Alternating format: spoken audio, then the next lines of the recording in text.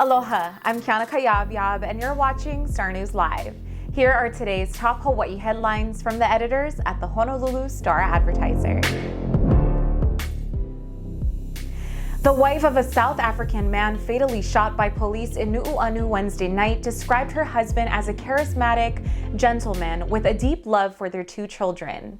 Lindsay Mayeni told the Star-Advertiser that she had no idea why police officers shot her husband, Lindani Mayeni. Honolulu Police Chief Susan Ballard said Lindani Mayeni attacked and injured 3 officers who were called to a suspected burglary. Ballard said Mayeni entered a home on Coelho Street, took his shoes off, and was acting strangely.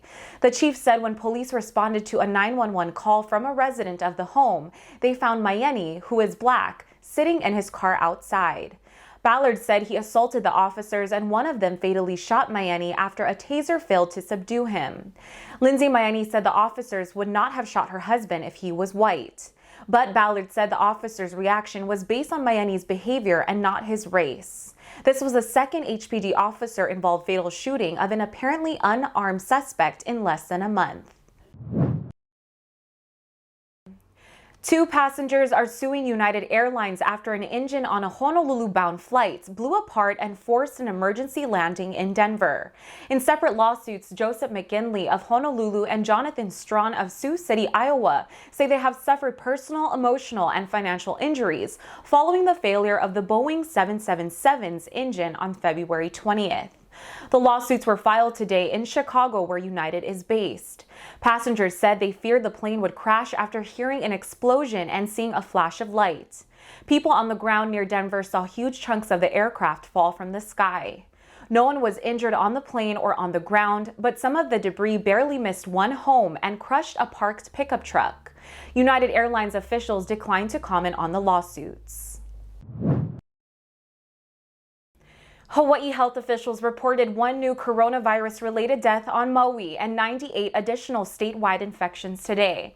The latest figures bring the state's virus death toll to 474 and the total number of infections since the start of the pandemic to 31,171. Today's new infection cases include 67 on Oahu, 17 on Maui, 3 on the Big Island, and 11 Hawaii residents diagnosed outside the state. State health officials also reported 6 new hospitalizations today, and as of Thursday, there were 46 virus patients in Hawaii hospitals, with 9 of them in intensive care units and 7 on ventilators. Earlier this week, Hawaii passed the major milestone of 1 million vaccine doses administered in the state. More than 34% of the state's population has received at least 1 vaccine dose. Finally, one of only 2 remaining survivors of the battleship USS Arizona celebrated his 100th birthday Thursday at his home in Utah.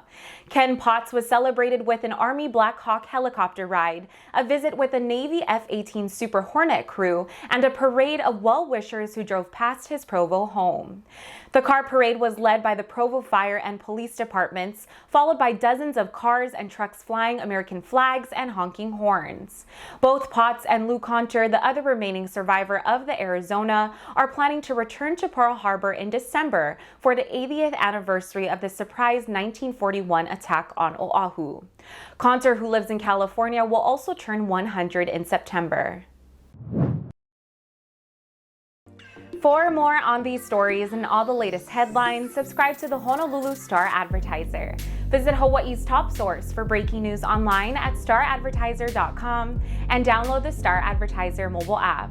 Mahalo, have a great weekend, and we'll see you back here on Monday.